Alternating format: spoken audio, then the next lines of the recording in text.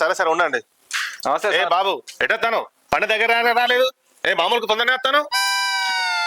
మామూలుగా నేను అందుకు రాలేదు సార్. మరి? పోస్ట్ మ్యాన్ నీకు పోస్ట్ తీసుకొచ్చిన.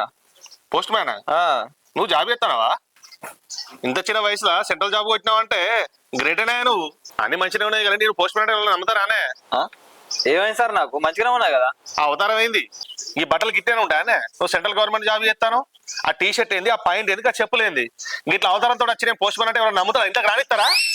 మీరు అనుకున్నట్టు గవర్నమెంట్ నౌకరి నాది కాదు, మా తాతది. అయితే మా తాతకు సాధన అయితే లేదని నేనే ఇంటింటికి తిరుక్కుంటా పోస్టులు ఇస్తానా.